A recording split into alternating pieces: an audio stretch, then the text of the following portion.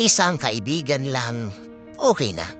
Oo naman, kapag nagkakaedad tayo, mas unti-unti nating nare-realize na totoo ang isang kaibigan lang, okay na.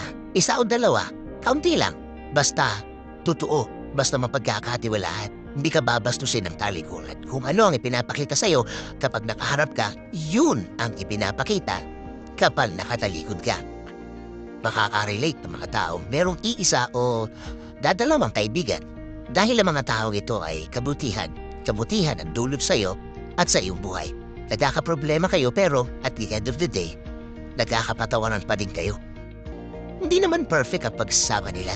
Nag-aaway din, nagkakatampuhan din, pero nagkakabati din kasi nga nasasayangan sila sa tagal ng pinagsamahan nila. Sa dinami-dami ng napagdaanan, hindi nila hayang itapon yun ng ganong-ganyan.